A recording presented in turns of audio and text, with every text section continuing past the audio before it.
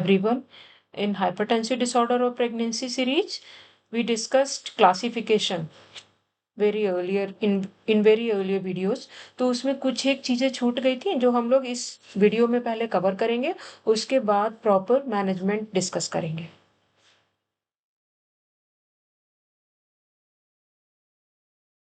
Video में हम लोग सीवियर और नॉन सीवियर प्रीएक्लेम्शिया क्या होता है वो डिस्कस करेंगे, अर्ली ऑनसेट और लेट ऑनसेट प्रीएक्लेम्शिया क्या होता है, प्लस सीवियर प्रीएक्लेम्शिया में क्या प्रीमॉनिटरी सिम्टम्स होते हैं और क्या लैब वैल्यूज गड़बड़ होती हैं। सबसे पहले डिस्कस करते हैं व्हाट इज नॉन सीवियर प्रीएक्लेम्शिया, जिसको कि हम लोग प्रीएक्लेम्शिया विदाउट सीवियर फीचर्स भी कहते हैं। पहले हम लोग माइल्ड मॉडरेट सीवियर प्रीएक्लेम्शिया वाला क्लासिफिकेशन इस्तेमाल करते थे। नाउअडेज प्रीएक्लेम्शिया इज क्लासिफाइड एज इधर नॉन सीवियर और सीवियर। तो नॉन सीवियर कहने के लिए सबसे पहले हम लोग याद करते हैं हाइपरटेंसिव डिसऑर्डर ऑफ प्रेगनेंसी की डेफिनेशन को। तो ब्लड प्रेशर जनरली 140/90 या उससे ज़्यादा होना चाहिए, तो वो यहाँ पे एप्लीकेबल है। The blood pressure should be 140/90 और मोर, बट ये 160 और 110 से नीचे होना चाहिए। तो इसके 140/90 एंड 160/110 के बीच में होना चाहिए। On any two occasion on the two occasions at least 4 hours apart and it should be after 20 weeks of gestation. ये सब हम लोग पहले से पढ़ चुके हैं डेफिनेशन ऑफ प्रीएक्लेम्शिया और हाइपरटेंसिव डिसऑर्डर ऑफ प्रेगनेंसी में। तो ये बीपी वैल्यूज के साथ में प्रीएक्लेम्शिया कहने के लिए प्रोटीन्यूरिया होना चाहिए, दैट इज 300 और मोर मिलीग्राम पर 24 आवर यूरिन कलेक्शन।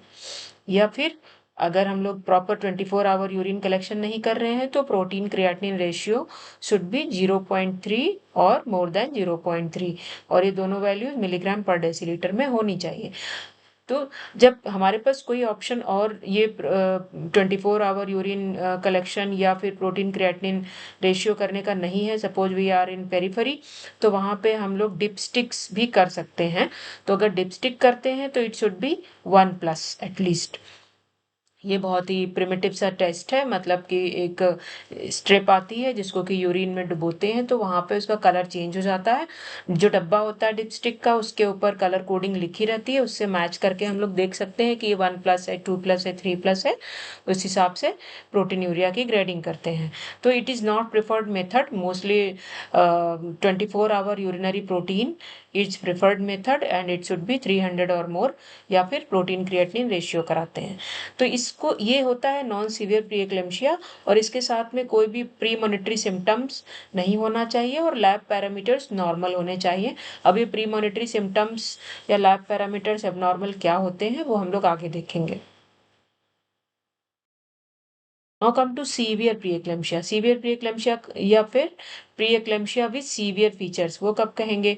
तो यहाँ पे ब्लड प्रेशर 160/110 से ऊपर होना चाहिए। अब अगर एक बार ब्लड प्रेशर 160/110 हमें दो रीडिंग्स 4 आवर्स अपार्ट मिल गई हैं, then it is severe pre eclampsia. इसके साथ प्री मॉनिटरी सिम्टम्स हैं या नहीं है, एबनॉर्मल लैब वैल्यूज हैं या नहीं है, प्रोटीनूरिया है या नहीं है, उससे कोई फर्क नहीं पड़ता है। Single BP value of 160/110, I mean single parameter of blood pressure on with two readings is sufficient to classify the disease as severe preeclampsia। या फिर अगर बीपी नीचे है 160/110 से, मतलब ब्लड प्रेशर इज 140/90 और more but it is less than 160/110, तो फिर उसके साथ 1 या 1 से ज़्यादा प्री मॉनिटरी सिम्टम्स होना चाहिए, या फिर 1 या 1 से ज़्यादा एबनॉर्मल लेबोरेटरी पैरामीटर्स होने चाहिए। ऑब्वियसली अभी पहले हम लोगों ने डिस्कस कर लिया कि प्रोटीन्यूरिया में और मे नॉट बी प्रेजेंट, इससे ज़्यादा फर्क नहीं पड़ता है यहाँ पे। अगर एक बार बीपी हाई हो गया है तो मोर देन 160/110।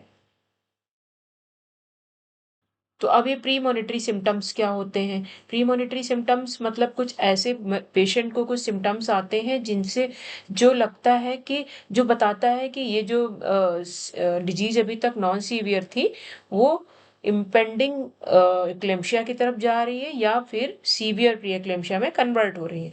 तो these are blurring of vision, nausea and vomiting, right upper quadrant pain, sudden excessive weight gain और सिवियर एडिमा। अब ये सब की पैथोफिजियोलॉजी क्या है, ये आप मल्टी ऑर्गन इन्वॉल्वमेंट वाले लेक्चर में पढ़ सकते हैं, because we are not going to discuss here, otherwise it will take so much time.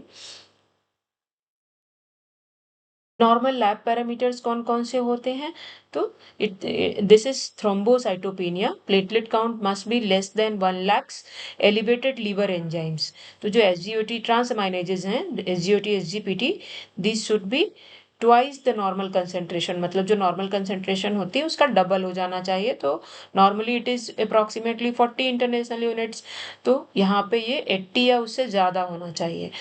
Then elevated serum creatinine, creatinine 1 या 1 से ज़्यादा होना चाहिए, more than 1 milligram per decilitre. Abnormal coagulation profile होना चाहिए। तो इनमें से कोई एक, या फिर अभी जो हम लोगों ने प्री मॉनिटरी सिम्टम्स डिस्कस किया उनमें से कोई एक या उससे ज़्यादा अगर ऐसा कुछ मिल जाता है, तो बीपी अगर 160/110 से कम भी होगा तो भी हम लोग इसे सीवियर प्रीएक्लेम्शिया क्लासिफाई करेंगे। Now come to pre-eclampsia based classification based on onset of disease. तो ऑनसेट ऑफ डिजीज के हिसाब से हम लोग इसे अर्ली ऑनसेट प्री एक्लेम्शिया और लेट ऑनसेट प्री एक्लेम्शिया में डिवाइड करते हैं। तो अर्ली ऑनसेट प्री एक्लेम्शिया का मतलब है the onset is before 34 completed weeks of gestation.